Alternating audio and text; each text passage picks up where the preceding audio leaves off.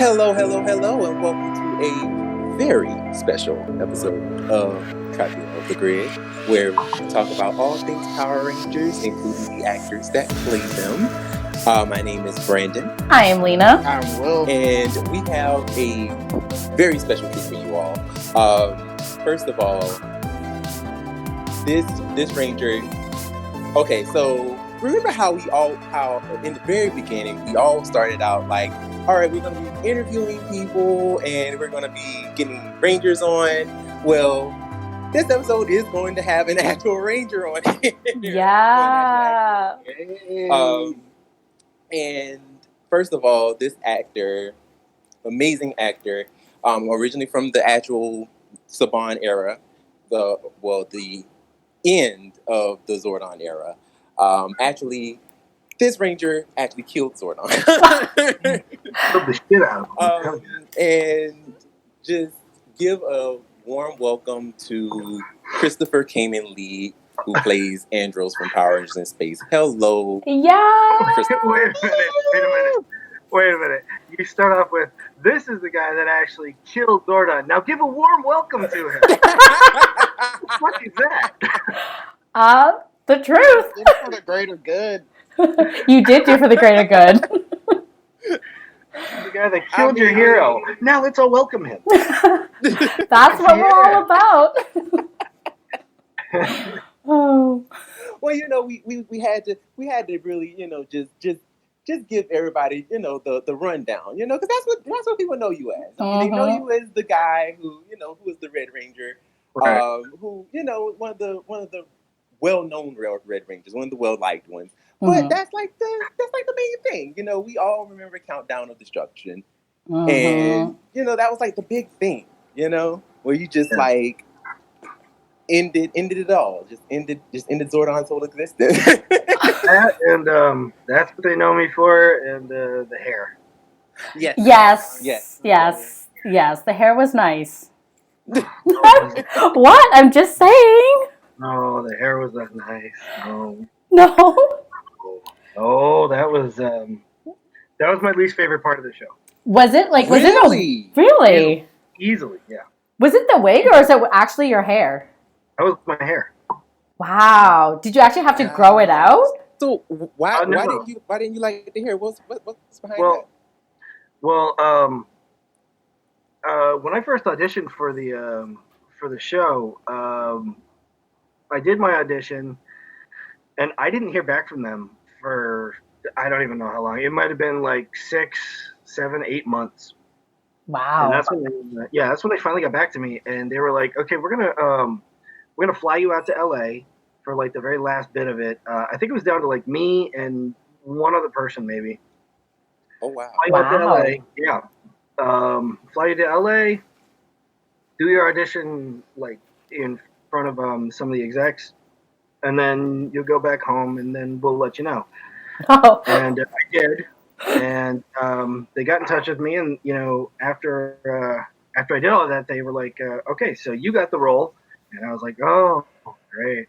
And then they were like, "Okay, so here's the thing: your character is an alien. You're gonna have really different hair.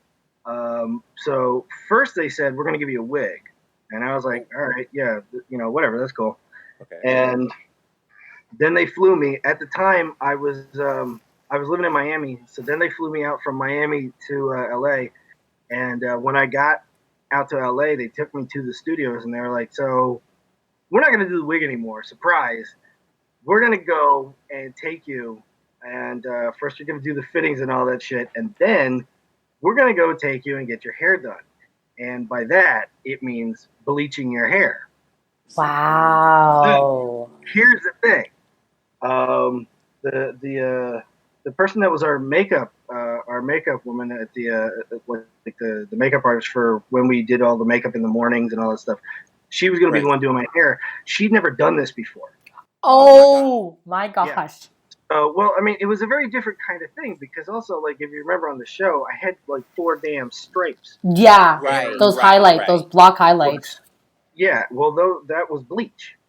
So that was bleach, and What? she had to separate it into the 4 stripes. So I had like 2 on the side, 1 up top, 1 on the side, and then on top and then on the side.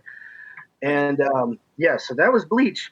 Now this is the fun part. I'd never done anything to my hair before. I already had my hair was already like medium length. Never done anything to my hair before. So it's actually called like virgin hair. Yeah. You never put anything in your hair, like any kind of product or no shit like that. It took about 8 hours to do it. And on top of that, it burned my scalp so badly that the skin on my scalp was actually red. And that actually happened to me. The woman that was our makeup artist, and I remember her name, Rosanna. She was such a wonderful, sweet. Yeah, she's burned your scalp, but that's okay. She was really wonderful, but she leaned down and she told me, she was like, "This is really hurting you, isn't it?" And I was like, "Yeah," and I had like tears coming down my eyes.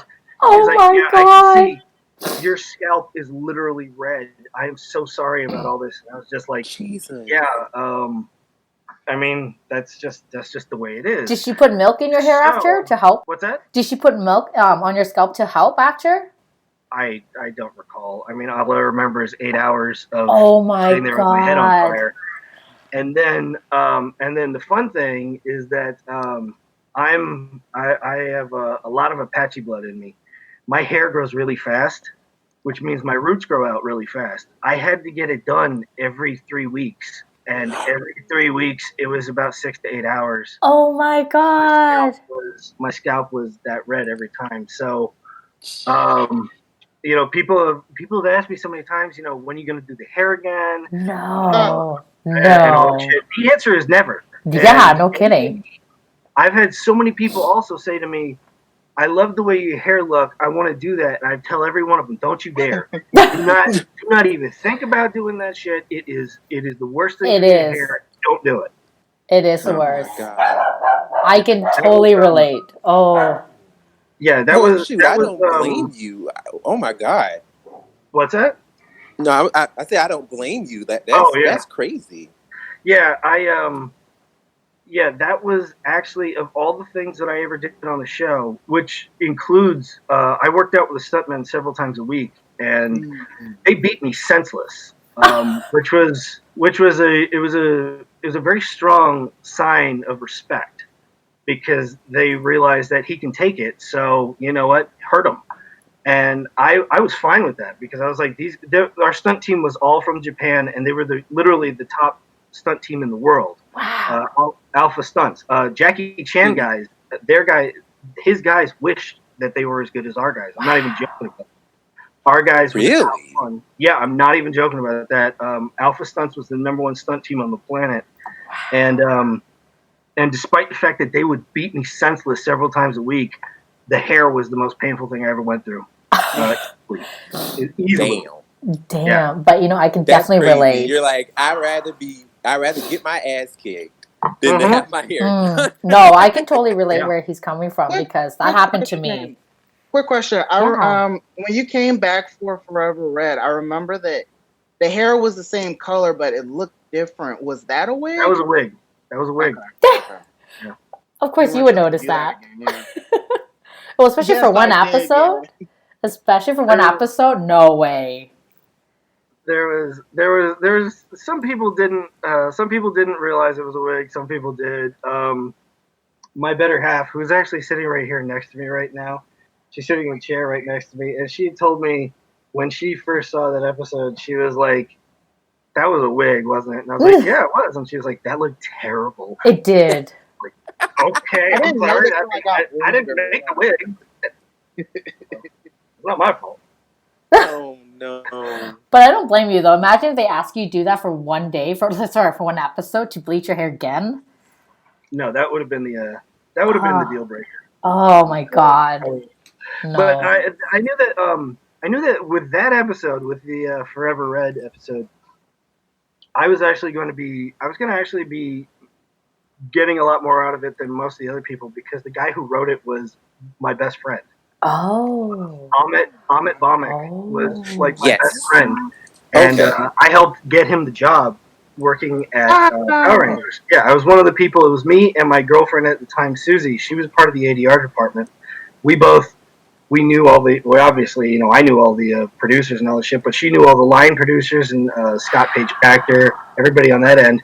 We knew that Amit was literally the smartest person on the planet. He really is. Speaks like 4 or 5 languages.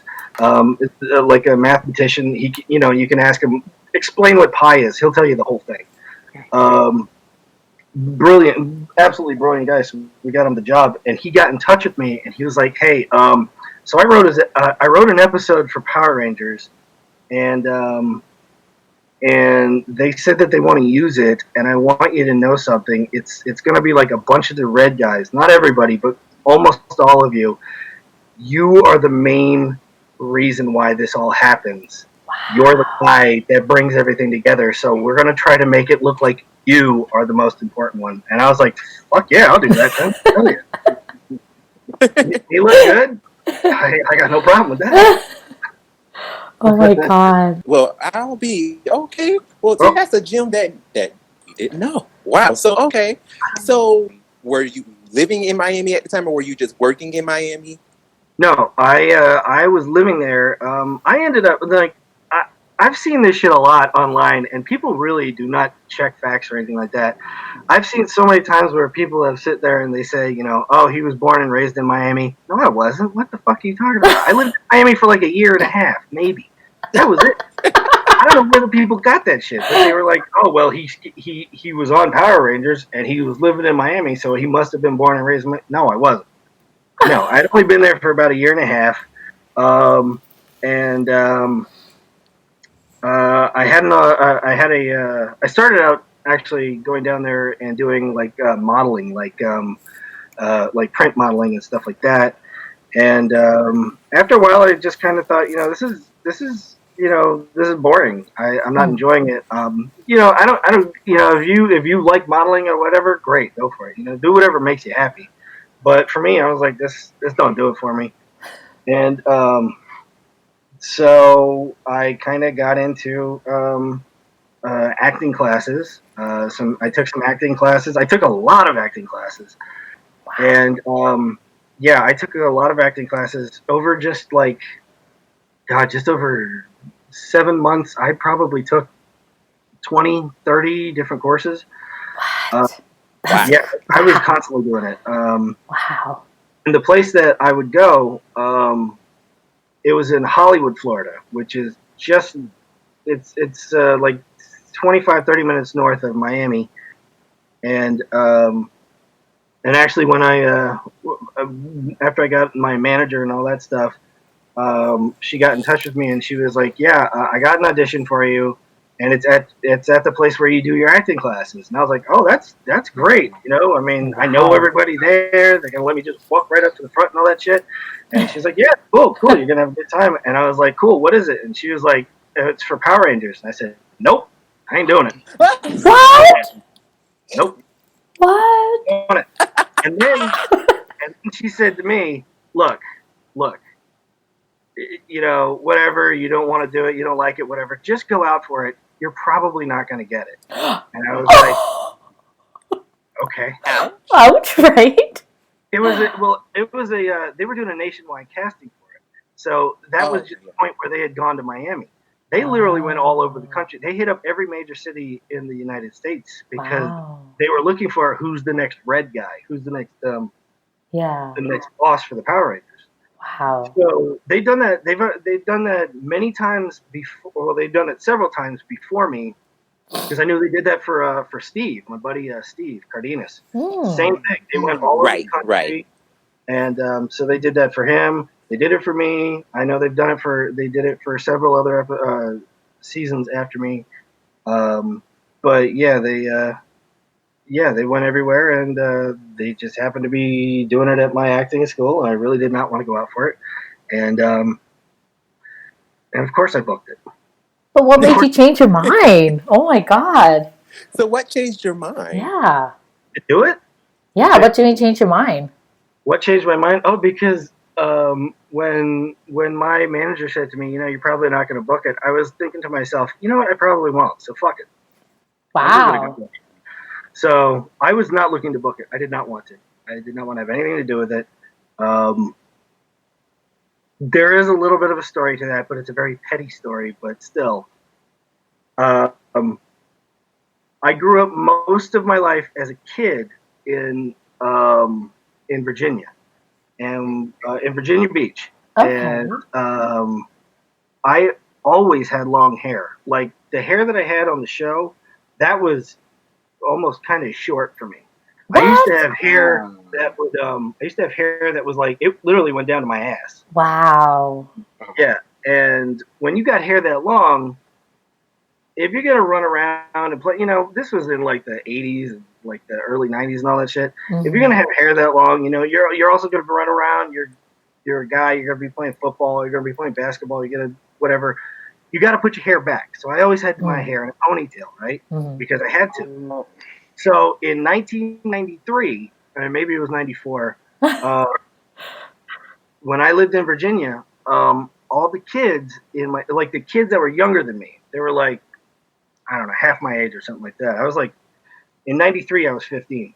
So the kids that were about half my age, they all came up to me one day and they were like, your hair's in a ponytail. You look just like Tommy. You got hair like Tommy.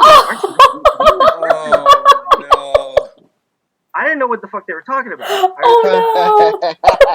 What do you mean, Tommy? What? I don't know who Tommy is. Who is Tom? There's no Tommy in our neighborhood. And then they were like, no, Tommy on Power Rangers. He's the green Power Ranger. He has hair in a ponytail. You have your hair just like him. You must really like him. And I was just like, I don't know what the fuck you guys are talking about. Fuck you. And then from there on, I was just like, fuck Power Rangers. I don't have nothing to do with that shit. All I hear about is Tommy this and Tommy that. So that's why, like, several years later, when my manager was like, yeah, you want to go out for Power Rangers? And I was like, fuck no. Nope. And I tell you this, I've met with, I've done a lot of conventions with Brennan Mejia, and he has almost a similar story to me in a way. He had gone out for Power Rangers many times before he actually booked it, and he said that he kept going out for it, but he never booked it. And then finally, when they were like, okay, well, now we're gonna want you to audition for the red guy for what is it, Dino Charge? Was he? Yeah, Dino Charge. Yeah. Okay, so yeah, they're like, you're gonna go out for the red guy for Dino Charge, and he went in with the same mindset that I had. Fuck it, I don't even care anymore. I don't want it. And that's how we both booked those things. Wow. If you go in, if you're gonna audition for something and you look like you want it, they do not want you. But if you go in there and your attitude is fuck you, I don't need any of you, I don't want to have nothing to do with you, they are drooling to have you on their show. Wow. That makes no sense, right? Like Murphy's Law. That's the reality of it. Wow. Brennan will, now that's 100%. So what was your first day like on set when you actually booked it and everything after you went through the hair burning and all of that? Actually, God, it was, so the very first time that I was actually on set was the second episode. Because the first episode, he was totally in the suit. And after the first season of Power Rangers, they stopped doing that, where the actors never wear the helmets. Never. It's just the stuntmen. Because the visor on the helmet is so black, you can't see anything. It's like nothing. You can't see anything. So I wasn't even on set for the very first episode, but they had me come in to do the ADR, for all the fighting and shit like that. Mm-hmm. So actually, the second episode of the series was the first time that I was on set, and I actually met everybody. Before I even met any of the other actors or anything like that, they actually kept me apart from all of them. And one of the main producers there, he actually told me, look, ultimately your character, he doesn't like the other Power Rangers. He's not going to like them. So we don't want you to have any interaction with them, on set or off set. And I was like, you know, I could pretend I don't like them and still get along with them as people, you know. They're like, no. It's just easier if you don't have any kind of interaction with them, period, on or off set. And I did a little interview not too long ago with Raj, and Raj didn't even know that. Raj was like, you know, wait, really? That's what Jonathan said to you? He was there, the producer, and I was like, yeah, Jonathan pulled me aside ahead of time, and he told me, look, we don't want you to hang out with them or anything like that. Wow. Because you got to, your character just wouldn't like them or all that. So for me, it was very, very lonely. In the beginning of the series, I got very close to all of the crew, because they wouldn't let me get close to the fucking cat. So that was how it was for my first day. It was very lonely. Oh. I had heard something from an old interview with somebody from your season, and they said initially they didn't really like you because they felt you were like standoffish, but you were instructed to. Yes, that's exact. Yes, see, that's funny because that's so yeah. Roger and I just did an interview several weeks ago. We did one with Joe with Illuminati, and we brought that up, and Roger even said while we were doing it, he was like, "Yeah, we thought Chris was an asshole." I mean, I'm literally sitting right next to him, but he was like, "We thought Chris was an asshole because he wouldn't have anything to do with us." And I told him, I was like, "Yeah, but Jonathan told me to do that." And the thing was, is that especially with Power Rangers in the Saban era, if they tell you to do something, you do it. Oh, God, you don't do it, you lose your job. They will kick you the fuck out real fast. They don't care. Oh my God. That's really intense. Yeah, they will fire you right there on the spot if you don't listen to them. So I was like, oh, okay. All right. I got to listen to the boss. You guys are acting like we don't know that. Well, not to this intensity. I mean, we've all heard rumors, obviously, of just, you know, how things were on set, especially when it comes to money and things like that. But that kind of strictness. Talk about fucking money. Jesus.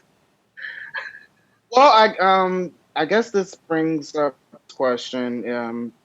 I read about it was you and Roger. You guys were late on set at some point, and you got fined. Was that true? That's possible. I think that is possible. I don't really remember. I mean, this was 22 years ago, something like that. I can't remember. I think it was 22 years ago. I mean, the other day when we were doing it, Raj was telling me that, the first time that me and him ever met, we actually almost got into a fist fight. And I was like, wait, what? Really? Yeah. He was like, yeah, dude, you don't remember that? And I was like, I block out a lot of the memories from Power Rangers. Did he tell you why? He just said it was like, just too young. He and I were very close in age, and just two young egos. Clashing and all that. So I don't know. But I told him, I was like, I do not remember any of that. He was like, really? I was like, sorry, bro. Hey, man. Oh my gosh. That's crazy. Oh, man. Yeah. It was a fun set, though. Well, speaking of other actors, one thing that I definitely wanted to ask, you came back during Forever Red. What was it like working with all those other previous Red Rangers and also Red Rangers after you? What was it like working with them? Was there like did you have like that alpha thing going on in there? Was everybody cool? How was that? Well, when I came back to do that, I did know a couple of them. I mean, obviously, I knew Selwyn, right, and I knew Sean. Slavin wasn't ever on set, I don't believe, but if he had been there, I would have been hanging out with him the whole time because Slavin and I were, I love him. I didn't know the rest of the guys though. I'd never met them. I actually spent almost the entire time during that episode, during the filming of that episode, I spent almost every moment hanging out with Jason Frank. Wow. How ironic. How ironic, exactly. The one. We didn't know each other, and I mean, I never at that point in time, I never had a problem with him. I had a problem with the character. Right. And it wasn't even a problem with the character. It was a problem with the fucking hair, and the kids always bringing it up to me and shit. And it's like, shut the fuck up about the hair. I don't care about the hair. So I didn't know anything about him. We just spent pretty much the whole time hanging out together. He's very high energy. He'll wear you out. He's really high energy. He still is. He still is very high energy. Hey, come on, guys, let's go do this. Like, oh my god, man, I'm tired and I'm old. Shut up. We've heard a bunch of stories about him being a big prankster. Can you remember if he did any pranks on anybody? There wasn't really any pranking on that set. I mean, that was the only time that I ever worked with him on a show. Now I've heard every story there was. When you're a part of the show, when you're part of the Power Rangers group, the family, whatever, it is a family. Everybody is family to you, and so I've heard probably every horrible thing that he's ever done, and there's some really fucked up shit that he did. Probably stuff that y'all don't even know about, and like it was funny, but it's still fucked up. It's really fucked up. But I don't think it was ever done with any kind of malicious intent or anything like that. It was just, he had like the mind of a kid, and he was just like kind of joking around and all that, and maybe you push a little too far here and there, whatever. But I don't know. He was obviously a much better prankster than I was, because the crap that he came up with, I never would have thought of. Oh my god. So would you say that on your set of Power Rangers in Space, were you mainly the prankster, or was it any of the other cast members? No. There really wasn't. There really wasn't that much pranking going on at all. When during our set, especially during our when our downtime, we're not shooting or if we're on hiatus or whatever, we all kind of formed our own little groups. Roger and Selwyn were always hanging out together. Tracy was kind of doing her own thing. After the producers did allow me to get to know the crew, or I mean the cast, and hang out with them and all that, Patty and I, we started hanging out a lot. And then they brought in that Silver piece of shit. And,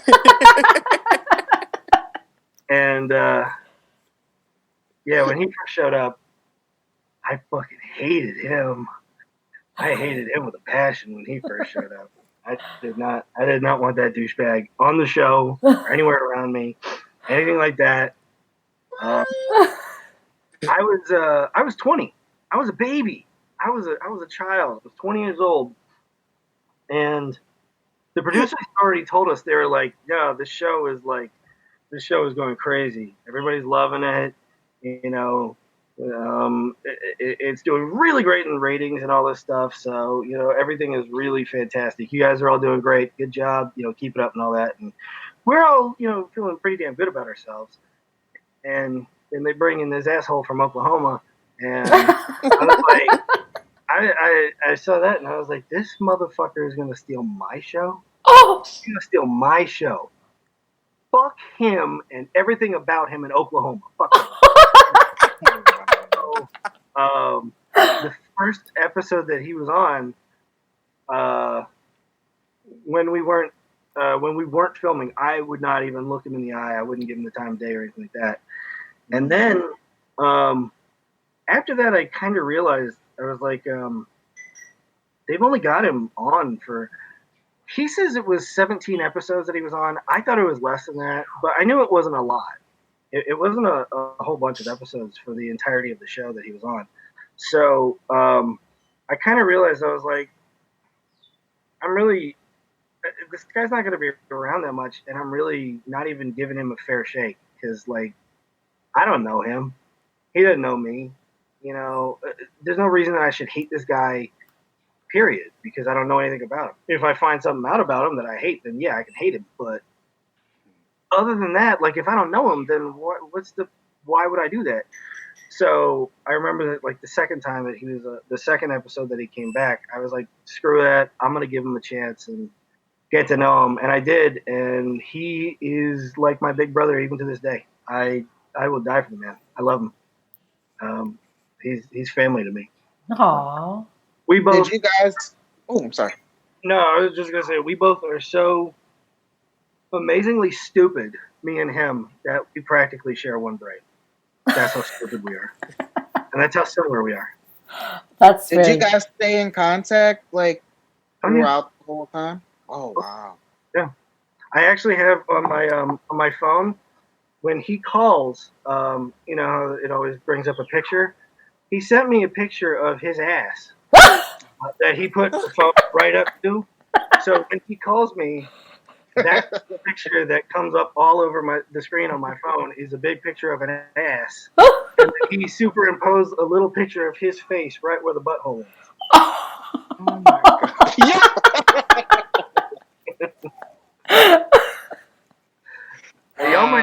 Y'all might think I'm joking or I'm lying. I am not. Oh no, we believe you. Every part of that is 100%. It's just a shame that we won't be able to see this. That is hilarious. Oh, that's great. My brother, I love him to death. So we actually, it's funny that you're talking about Justin, because actually we were actually going to do what's called the cast game. So this game is basically a name association game where we were just going to bring up the name of the actor, and then you just bring up a memory or memories of this person whenever you hear their name. Now you already said Justin's, so we're just gonna go ahead and just follow suit with the rest of them.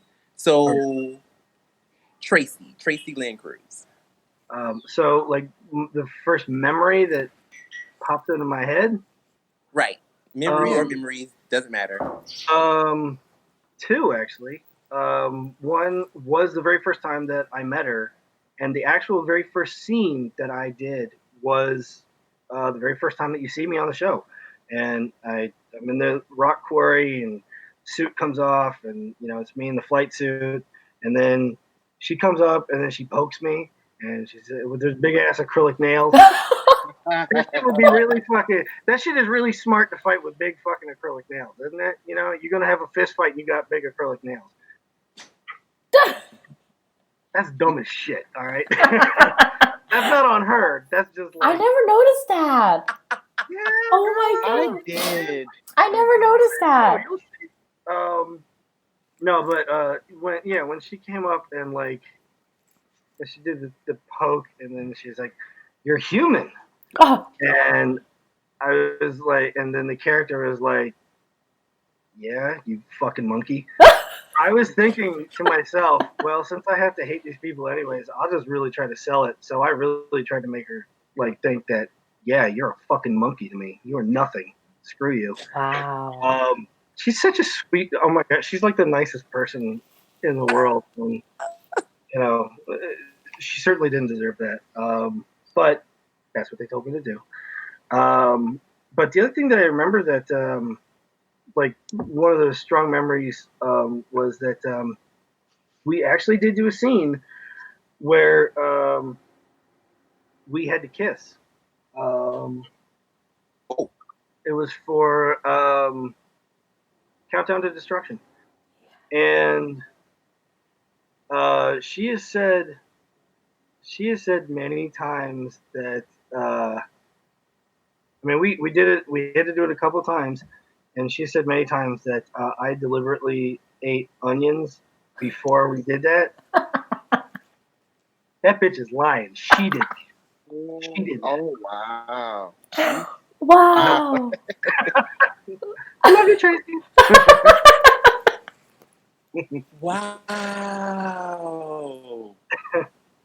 Yeah, we did have a kiss scene. It was a very nice. I heard about that. Yeah, and they. I honestly have no idea why they took it out. It wasn't like raunchy or anything like that. It was just, it was a well filmed kiss scene. And like, I mean, I've done like, I did show after that where I had a kiss scene, and on that totally different show, had nothing to do with Power Rangers. And on that, like, the girl like basically shoved her tongue down my throat and shit. Wow. And it's like, this shit almost looks like it turned into porn, Oh. But what was on Power Rangers was perfectly fine, it was totally fine. So I don't know why the hell they haven't had a kiss on the show since like Kimberly and Tommy. Kimberly. Mm-hmm. Yeah. I wonder if it's the thing where they think since it's a boy show that little boys will be like, ooh, but it's like not a big deal. But they did that with Mighty Morphin. I'll tell you this, like, I grew up during the 80s. Back then, we never had that, you probably hear about, like, when little boys are, when they're young, 6, 7 years old, and they go through that whole phase of girls, they're gross, they got cooties, whatever, don't even get near them and all that. I never knew one person ever that we went through that phase. Ever. We were all like, oh shit, yeah, bring on the girls. Right here. Come here, girls, sit right here. So, yeah, I don't know about that shit. Wow. But it's interesting though, because like they did have the kiss on Mighty Morphin. Yeah. And then after that, it was gone. Nobody else ever couple ever kissed Ever. Like, I didn't even know there was even a scene that was even filmed for this. That's crazy. I don't know what to say. Yeah, I don't know. Next? Yes. Well, next person. Selwyn Ward. Goddamn. That's a good start. When I first showed up, like I said with Raj, Raj was like, yeah, when you first showed up, you were an asshole. You were a dick. And again, that was not intentional. That was what they told me to do. None of them knew it. Selwyn, Raj, Tracy, Patty, none of them knew that. But I kind of get the feeling that Selwyn was being a dick kind of right back at me. Oh. Yeah. And there was a kind of an underlying thing there. It was there for quite a long time. He and I are absolutely great. We're fine. I love Selwyn. He's such a sweet guy. He really is. He's a great guy and a great dad. But yeah, on the show it was a little, again, kids and egos and whatever. So that's the way it is. I can't really go too much into that. That's fair? Fair. Yeah, that's fair. Patricia Jolly. So Patty and I hung out, again, like I said, after the producers allowed me to hang out with the castmates. Patty was the one that I hung out with the most. And it was, for me, it was kind of because I had a kind of a crush on her. Ooh, she's pretty. I mean, if you look at her, it's like, duh. Yeah, she's really pretty. She's gorgeous. She is. She's really sweet. So we would actually hang out all the time. And I remember one time she was like, "Hey, like, Chris, do you want to go out and hang out with me? I'm gonna go to Universal City Walk." And I was like, "Yeah, all right." And in my mind, I'm thinking, "Oh shit, sex is on." Yeah. But so we go, we hang out at City Walk, and we get something to eat, whatever. And then she said, "Hey, you want to go back to my place for a while?" And I'm like, Wow. "Fuck yeah, I'm good with that. Let's do that." And we go back to her place and we play Bubble Bobble all night. And I was just like, "This is not what I was expecting." All right.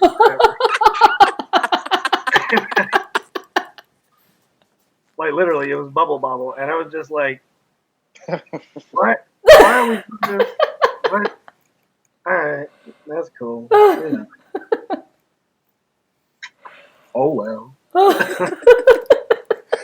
A whole night of Bubble Bobble. That's what I remember. That you gotta admit that's kind of cute. That's kind of cute. That is cute. That is very cute. It started out really nice, you know. Right. Well, in my mind, it was starting out one place, and it was definitely going to end up a whole different place. God damn, I was way off. I did not see that shit coming.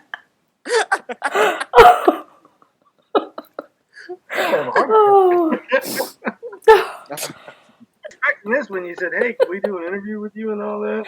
Oh no, we wanted this. We want this. No. I'm living for it. I love it. Right?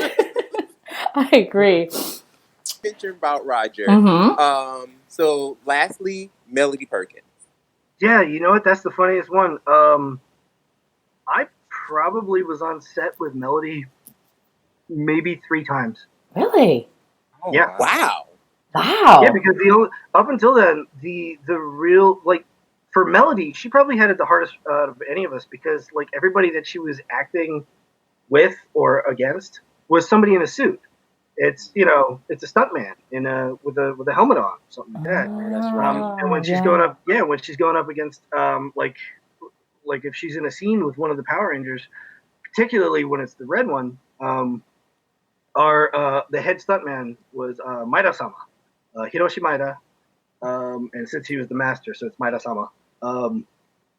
He was always a red, and he had way more time with her than I ever did. Wow. The time when she was a good guy briefly, and she was walking around on the spaceship, got to meet her then. The time. Well, definitely, and Countdown to Destruction, where I had to pick her up, and she looked like a Borg, and she had died. And then they did that bullshit, that fuck you bullshit, where a tear drops, and she comes back to life. And I was just like, don't do this. Like, come on, man, that's the dumbest shit ever. But that maybe one at a time. I don't know. So I really didn't have too much interaction with her. At all on set. I've had a lot more interaction with her since then at conventions, and I'll tell you, she is so funny because she is probably quite literally the exact opposite of what the character was that she played. She is like she won't even be on a panel unless there's other people there, because she's like, I don't really want to answer any questions. I don't feel like it. So could you guys do this for me? And of course, it's Melody. We're all deeply in love with her. So we're like, of course we'll take care of it for you. We'll do all the talking. Just sit there and look pretty, Melody. But she's so insanely nice, and like just I don't know. She's just like sweet and innocent, and like the opposite of the character that she was when she was bad guy. Wow. Yeah. So I didn't really have too much interaction with her. That's. So do you think that more than likely it was the producers did basically the same thing they did with her as well? They just separated her away from guys and was just like. No. I think it just I think for her that just came down to the fact that 90% more, something like that, of all the scenes that she had, she's surrounded by people in helmets. Wow. There just wasn't too many scenes where she had that much interaction with those of us, the other actors on the show, And in fact, Raj had told me that like the first time that he ever even met her was during lunch break, and she just happened to be at like the lunch cart, and him too, and he was like, "Oh hey, you're the bad guy, right?" And she was like, "Oh yeah, who are you?" And he was like, "I'm the Black Ranger." And she was like, "Oh okay." That was it, because nobody knew. She'd never seen any of our faces or whatever, so you know. Wow. That's crazy. That's fascinating. Wow. I wonder. Wow, that's crazy. Lou of the comics, your character's still in it, and in the most recent comic, it's Psychopath, I believe it's called. Have you read it? Actually, do you even read it? And then, how do you feel about that after all these years? That the character Andros is still living, and is still being developed and used in Power Rangers. Well, as lore. far as the character Andros goes, he's an alien. There's no way to know him and Astronema and Zane. They're all aliens from the same place. There's no way to know how old they are, because they probably don't age the same way as people on Earth do. So I mean, I've always said that it's entirely possible that each one of them could be like 400 years old. So, and maybe they could live to be 1200. I don't know. There's no way to know, because they never said anything like that. That's true. So like, I mean, it's not surprising to me that the character would still be in the in their comics and all that. The Psychopath, that's the one with the green. Is that the one with the green Psycho? Mm-hmm. Yeah, no, I'm not gonna. No, I'm not interested. No, there was no green Psycho Ranger on our show. And as far as I'm concerned, if there's no Green Ranger Psycho on the show, there shouldn't be a green Psycho in the universe. Just no. There was 5 Psychos. Let it be that.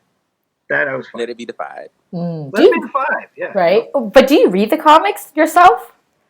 I've glanced at a few here and there. The artwork for me fluctuates. Sometimes it looks like me. Sometimes it doesn't. More often than not, it does not look like me. Allie, my better half, has looked at the comics, and she's brought it to me, and she's been like, "Look at this. This doesn't look anything fucking like you. Do they have any idea who you are?" And I was like, "Oh, probably not. They've never met me. So fuck it." That's fair. Oh. Just laugh, you know? People are laughing and smiling. That's all you can do in that. Oh. So, what new things are you up to currently? I know, you're doing other things, and I'm sure, like cons and all of that. But what other new projects do you have under your belt that you're currently working on? Well, you are definitely right about conventions and stuff. I do have several set up for this year right now. I'm looking to get more set up. But I can't really announce them right now. I have to wait for the convention to announce it on their social media first. Until then, I can't say anything about it, because that's just, that's the way that they like to do it. It's like, we want to be the first to announce it. I'm like, yeah, fuck it, go ahead. Right. But I do have like about half a dozen conventions set up for this year. So I'm getting out there, and my big thing is that I've been a writer for most of my life, probably since I was about 12 or so. Oh, wow. And I am like 260 years old, so it's been quite a while. It's been a long time. So I've been writing comics for probably 10 years or so, I think. Maybe it's even a little bit more than that. Wow. I had one series that I was always my flagship series, and that's LA Crazy Town. It's my favorite series. And then I started going into another series called How I Stole Your Galaxy, and we had somebody else come in to help us write that. And then I just started fairly recently writing a new one which I'm very very happy about the new one because I'm really happy about the premise, where we're going with it and all that. And that is Come Hell or High Water. And I'm actually working. Yeah, I'm working with a young artist, Davey Man. He also goes by the actual Davy Jones, and he's a phenomenal artist. And it like I explained to him the premise of what I was shooting for. I had the first one like pretty much written out, and then I was like, okay, this is the overall idea of what we're going for. And once I got to it, once I got done with it, Davey was like, fuck yes, I'm in. So with that one, the basic idea is it's three things in one.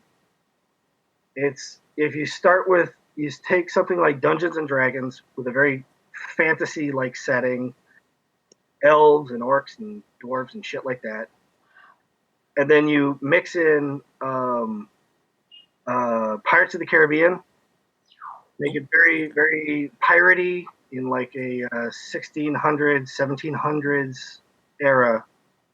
So, you have like orcs that are pirates or whatever. Wow. And then you also mix in hardcore porn. And I was like, there we go. And, yeah, David loves the idea. And I love the idea too. I've seen a lot of drawn dicks and vaginas now.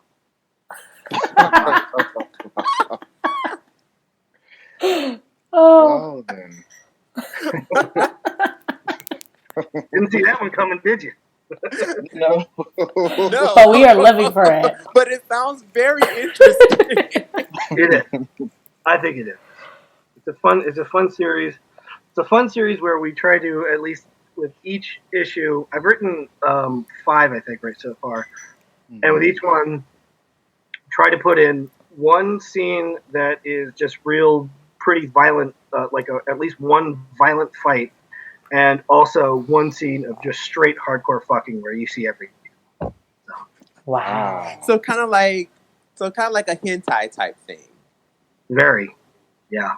Okay. Wow. And FYI, for anybody who does not know, hentai is Japanese porn. Japanese anime porn. Anime. But yes. Okay. Hey, I'm here for it. I'm here for it too. I like the idea. So, Lena, I know you wanted to ask about LA Crazy Town. Oh, yes. I started reading it, actually. I haven't finished it myself, but I was just interested. Like, how did you come up with the concept? Where'd you get your inspiration? Like, some of these characters, man, I'm at the backstory. So, they're interesting. Could you tell us a little bit more about it? I can tell you that I created 3 of the main characters for that. Well, I mean, I created a lot more than just 3, but there's basically 6 main characters that form the main group of good guys. I don't know if you want to call them good guys, but whatever the hell they are. And the characters, the Wendigo, Case, and Mishibiju, which is the big cat. Mm-hmm. Those are the 3 that I created, and each one of them is actually me. I got that. There are facets to each one of them that is like a personality thing that is about me. And the co-writer that helped me with it, Danny, he created the other 3 characters, so Calavera, Gato, and then Sunriser, mm-hmm. And they're all kind of him in a way. So we kind of took a really easy way out. It's just create yourself, but make it really crazy and all that shit. But one thing that I had told him right from the bat was that one thing that I fucking despise with a lot of comic book characters is when they make edgelord Mary Sue bullshit characters. Characters that are they're dark and brooding, and you don't understand me. You don't understand the pain that I have, and blah blah blah blah bullshit. Fuck you. I hate that. I hate that shit. It is so stupid, and it's so simple, and it's pathetic. So that's why, like especially for my 3 characters, I always try to write them as being extremely violent, very, Yeah. overly powerful, whatever, but also just enjoying every moment of life to the fullest.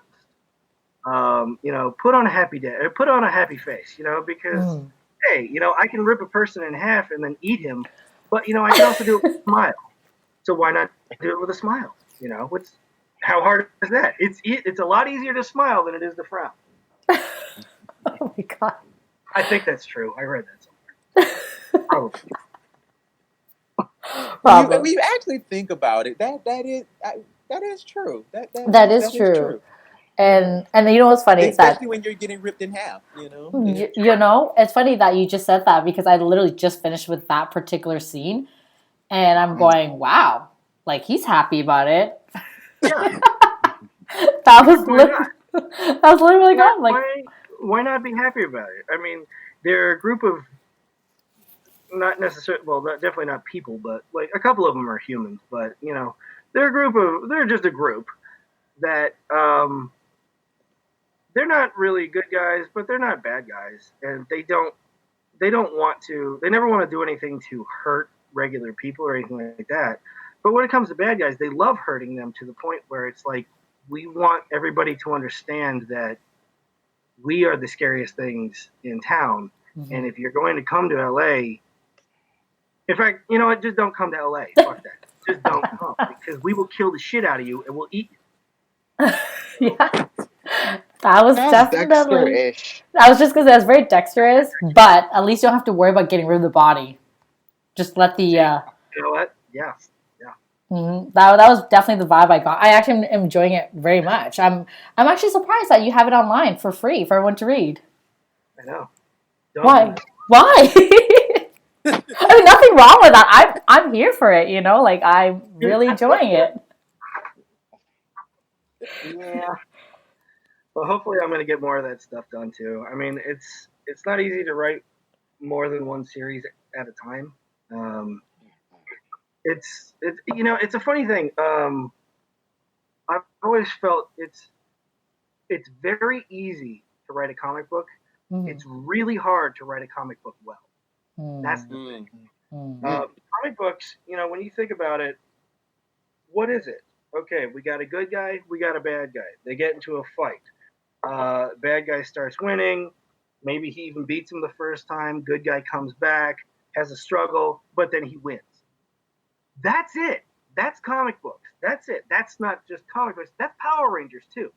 Every fucking episode. Every episode. That's true. That is actually true. It's a bit formulaic. So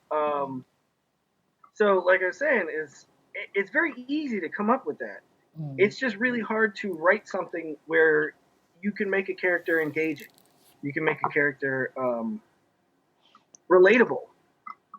How do I write a character like the Wendigo? He's 10 feet tall. He can literally pick up a building and use it as a baseball bat. How do I make that relatable to another person, like to somebody reading it? Mm-hmm. How do I do that? Well, I give him a sense of humor. I make it so that he laughs at things. I also give them all personality traits, and with characters like him and Case and all that, like, they're immortal. So what do you do with immortality? You got to have hobbies. So you got to come up with shit in your head. What would somebody do that's over 1,600 years old, day to day? They got to have a hobby. You got to have something to occupy your mind and all that. So that's why when I created the Wendigo, I also made it so that he's a chef, because I love to cook. Oh, so, nice. Yeah, it's something that he enjoys. So yeah, that's pretty cool. That's actually, I finished with that scene too, where he was just making something and they're all happy about it. He's very good. He's very good at what he does. A lot better than me. But I try.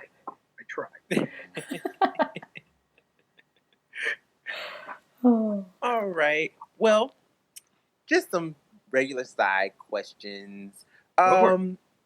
If you could have dinner with 3 people, dead or alive, who would it be? If I could have dinner with 3 people, dead or alive, who would it be? 2 of them are dead. 1 of them is alive, to my knowledge.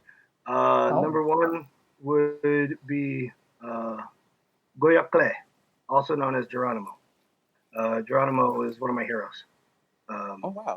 My dad was half Apache, so Geronimo was one of my heroes, and I would have loved to have met him, just to pick his brain about shit. Number 2, Little Richard. I think that would be the most fun fucking person to sit down and just, what the fuck were you thinking back then? Acting the way that you did. You're black and you're acting like that in like the 50s. Right, wow. right. The ball's on you, man. The ball's on you. That's some shit. And no, for real. The last one would be my dad. Wow. Okay, so the next question is, if you could have one superpower, it could be anything, what would you want it to be? Pardon? Shape-shifting. Ooh, why? The ability to change into any form that I want, kind of like Mystique or Morph. Why not? Or from X-Men, right? Right. Okay, that leads us into our next question. If you had to pick Marvel or DC? Oh, always Marvel. Fuck DC. I hate DC. Of course. Oh my god! And my favorite comic book hero is Hank McCoy. Is the Beast. Always has. My favorite comic book villain is Hank McCoy, the Dark Beast from Age of Apocalypse. Wow. Ooh. Wow. Because he is so the opposite of Hank McCoy. Totally opposite. Yeah, he's a sadistic monster. He's evil for the sake of evil. It's just because he delights in it. And Hank McCoy is very, big-hearted. He'll give you, he'll do anything that he can for you. He's such a sweetheart, and I love that about him. Plus, he's brains and he's bronze. So I love that about him too. There's a duality. Wow. Okay, so here's a little bit more deep question. What would you want your legacy to be? To be known for having written the world's greatest comics ever. I'm aiming low. What?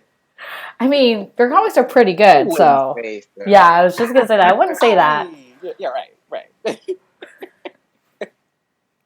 I mean that's a pretty high, that's a pretty high goal. Sure, Brandon. I mean, no, it's not. Comics touch people. Mm-hmm. There we go. Really random question. Have you ever met Stan Lee? I never did. Oh. I never met him. No. oh. I know. I didn't get a chance to. I was at a couple of conventions where he was also at, and I was nervous about it. There's not too many people that I've ever actually been that nervous about going up and talk to or say hi or hey, I love your work or whatever. There have been a couple. Actually, my better half and I, we were at a convention in Brooklyn in January, and Timok was there, the actor from The Last Dragon, who was Bruce Leroy. Yes. I grew up with that movie, and when I saw him, I just lost my shit. I almost pissed over the floor right there at the con. I was just like, Timok? That's not Timok. And it was like, it's Timok. Oh my god. Also, fucking wonderful guy. Really nice. Really tall too. Holy shit! I didn't realize. Is he really? Tall. He's really tall. He's a beanpole. He's like 6'7", and he probably weighs 67 pounds. Wow. I'm sure he weighs more than that, but he's very tall. He really seems. I mean, maybe I'm just really short, but he seemed very tall. Yeah, I lost my shit when I saw him. When I saw Stan Lee, I was just like, this is a guy that created my favorite comic book. Well, he didn't create them, but he was a part of creating my favorite comic book superhero as well as my favorite comic book villain how do I approach that? I have no idea. So I never even got a chance to go up and talk because I was just like, I don't know what to say. No, I write comic books. Yeah, I'm sure everybody. Really, you know. I mean, I get tons of people who say that to me at conventions, so I can't even imagine how many people would go up to him and be like, "Oh, you would never guess this, but I write comic books." And be like, "Oh, really? Wow, never heard of it before. Wow, shocker."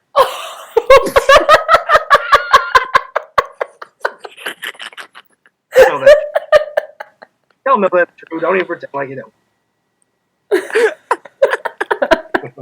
Oh no.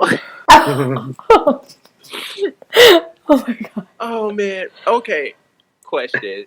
What is your most, speaking of cons, what is your most favorite memory that ever happened at a con? Oh my god. Wow. My favorite memory. Well, I'm looking at my better half right here. We actually met at a convention. We met at a convention, and she can't. You just come here. Stick your head out in front of me. Hi. That's Allie. That's Allie. We met at a convention. Oh, we met at Paramorphicon. What was it? 2018. Yeah. Yeah, it was 2018. We met at 2018 Paramorphicon, and she came in, and she actually came up to my table, dressed. Get the fuck. What's wrong with you? Everybody knows the story.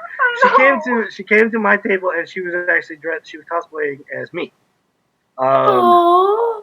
So she had a wig with blonde and dark brown hair, and she had the flight suit.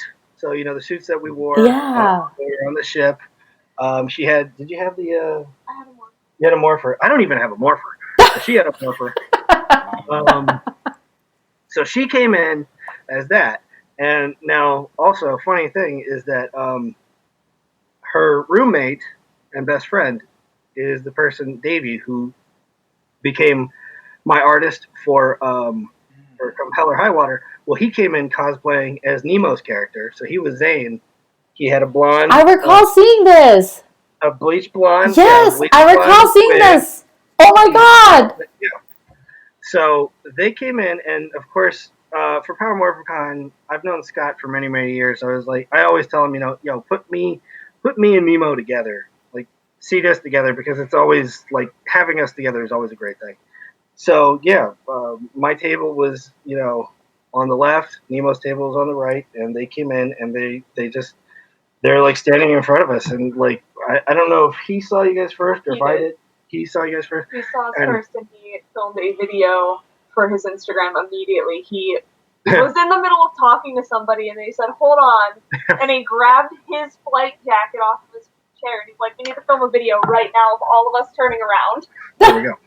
So yeah, that was a thing, and then was it the next day? You came in. I was still you the second day, and then I was myself the third day. So was it the third day for the signature thing? Yeah. Okay, so then on the third day, so on the third day, she and Davey both came in as themselves. Like they didn't. Davey was Skull. Oh, Davey. Okay, Davey is the greatest Jason Narvey aside from Jason Narvey. Like Jason Narvey is here. Davey is like literally just a notch below. It sounds exactly like him, and he looks exactly. Wow. Wow. Panel from Paramorphicon. Yeah, come here, say this. Okay. Because I don't even remember this part. Here, sit down. So, Jason Narvey had to leave before the end of the day on the third day of Paramorphicon, and him and Paul were supposed to have a panel as like the very last panel of the show, but it was going to be like 3 hours after Narvey had to leave. Oh yeah, because they set his flight up too early. They set his flight really early, so Davey was like, "We have to go to this panel," not knowing that Narvey wasn't going to be there. And so we walked in, and Paul's on stage with like this little kid just talking, and then he goes, "Hold on, is that really good Skull cosplayer here yet?" And like points at Davey, he's like, "I need you to come up here." And me and Davey are like, "What's going on?" And he goes, "Narvy's not here right now. He left like 3 hours ago, so you're going to be Narvy for the whole panel for me." That's what he did. So Davey sat in on the panel as Jason Narvy. and actually answered questions the same way Narvi did, because Paul told him at the end, he's like, how did you know what he would have said to these questions? And Davey's like, I watched a lot of panels on YouTube, and I just remember things. Because he remembers everything he watches. Yeah, and he's got Narvi's mannerisms down to his. It's like a science. He has it perfect. He the way can he even speaks. do the laugh. Yeah, he could do the laugh. The way he speaks and all that shit. So Wow. he was Narvi for that panel, and yeah, it was a great panel. So he came in. On the third day dressed as Narvi. But Allie came in not cosplaying, and they both, Allie and Davey, came up to both me and Nemo, and they both said, "Here's a little note card. Can you write 'Let's Rock It' on it?" And I was like, "Yeah, sure." And like the moment that I saw their cosplays, I said right off the bat, I think I pulled you in, and I was like, anything you want. Don't even think about paying for it. You guys look phenomenal. Don't even worry about it. Oh, we also gave you that pop. Oh yeah, and they gave me the pop. Oh shit, did we get that? Yeah, they gave me. They came in dressed up as. She came in dressed up as me, but then she also gives me a gift, and I was just like, you got to be shitting me. So yeah, I was like, everything you wanted is for free. She gave me. She had this made. It's a pop of. It's gonna be hard to say it, but it's Sith Lord Andros. So it's essentially.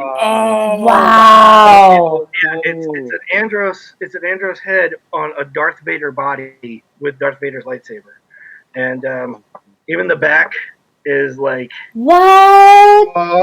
Wow. Number 666. It's really badass. It's such a glorious thing. That's what it looks like. Wow. So, Sith Lord Oh my Andros. god, that looks really good. I know, right?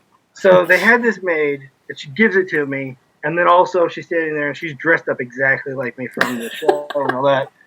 So then on the third day, when she's like, can you take this index card and write "Let's Rock It" on it?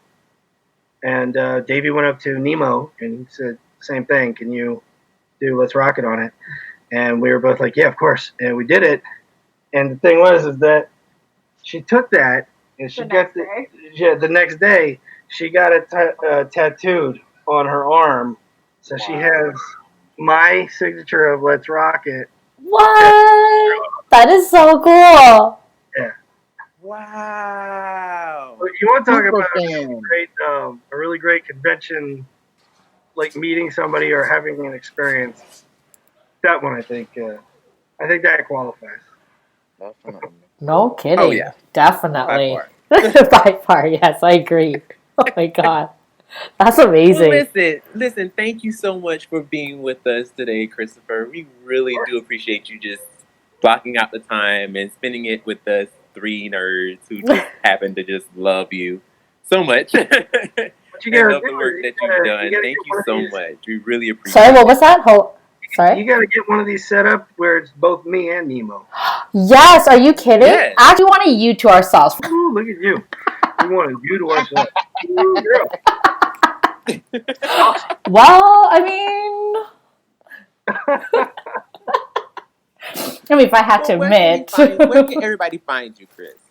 Where can you find me? Several places. My easiest one to find me is my Instagram, which is just Christopher Kamen Lee. My Facebook fan page is Andros335. Oh yeah, CKL Official 335. Yeah, that's right. CKL Official 335. But I also live stream playing video games very drunk and very stupidly on Twitch all the time. I seen those. Yeah, it's great. So Twitch, on Twitch, my channel is just Chris Kamen.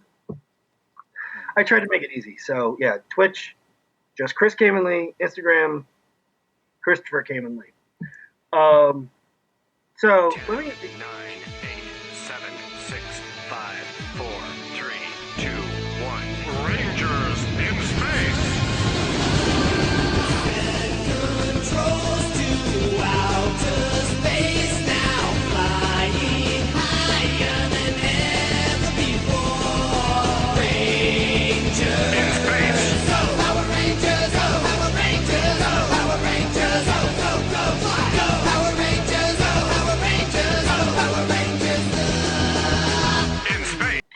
each one of you a question too? Absolutely. Okay, good. Well, so I'm gonna go in order of you all. So first for me is Brandon. Brandon, you're in LA, yeah? Yes, sir. Okay, where are you at in LA? Like, what's it? I'm not asking for your home address, but like, what city are you at? I'm in Van Nuys. You in Van Nuys? Yeah. You have the shittiest reception because you are like 15 minutes from me. I'm in Canoga Park. It's the worst. It's horrible. Damn, So, like, Lena. I don't know what it is, but Van Nuys, where I live in this area, I can go literally right down the street and I have perfect reception. But just around the house, it's horrible. There we go. All right. Well, shit. It's the worst. That explains the reception. Okay. Yes. I love you, Brandon. You're beautiful. Lena, you're next. Oh, sorry. I'm next? You're next. Okay. Yeah, well, for me, it's Brandon, Lena, and then Will. Okay, no, that's fair. Lena, I've been wanting to ask, natural hair? What's up with that? What do you mean? Your hair, it looks like you've got red in it or something? Oh, it's pink. It's pink. Oh, so is that your natural color? I wish. No, I'm naturally black, being Asian. So remember when you're talking about the hair process and all that stuff? I went through the exact same process, except with my sister, and she's the hairstylist. And get this, she didn't tell me that all of that would happen to you was going to happen to me. Because I had virgin hair also. And let me tell you, I used her entire jug of milk and poured it down my head to cool it down. And yeah, never again did I decide to do my roots. Nuh-uh. So now when I do my color, it's only just, so I leave the roots and everything else is bleach. So no, not natural hair. I wish. We're here. You and I. Right? We are here and we have shared a bond because we know the pain of bleach and shit. Oh, absolutely. When you were telling that story, I was like, oh, I know it way too well. Way too well. William, the question for you is probably the easiest. Your name is William Smith, you're a black guy, and you're from Philadelphia. Really? I'm in West Philly. Huh? West Philly, too. You're from West Philly, too? Yeah? Who set that up? Was that you or your parents? Because somebody had something in their mind where they're like, my dad's name, I have the same name as my dad, so, and it's not Will. It's not what? It's not Will Smith. It's not that Will Smith. That's my dad, but I have my dad's first name. But seriously, you're a brother from West Philly, and your name is Will Smith. What the fuck? I've been dealing with jokes my whole life. I would imagine. Hey, I grew up with, hey, you got hair like Tommy. What's your hair? It's like Tommy. Tommy this, and Tommy that. So I know that you got to hear some, you got to have some motherfuckers that come up to you and they all just like, hey, Will, in West Philadelphia. Oh my God. They got to pull that shit on you, don't they? I know it. You too. We all right here. I know. Yeah, I think so. Anything broken? Nothing I know of. Yeah! Power down!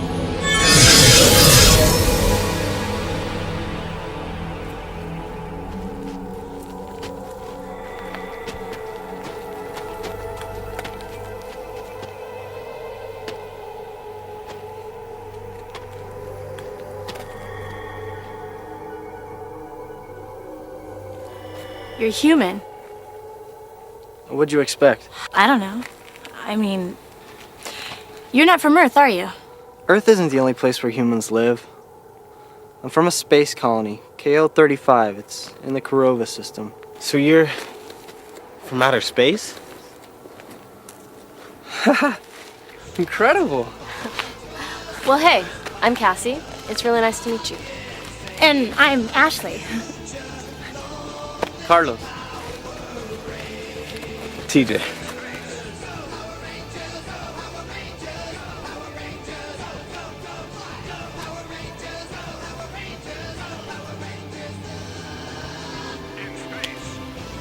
TJ. I'm called Andros. Andros, completed the damage assessment. All right, I'm on my way.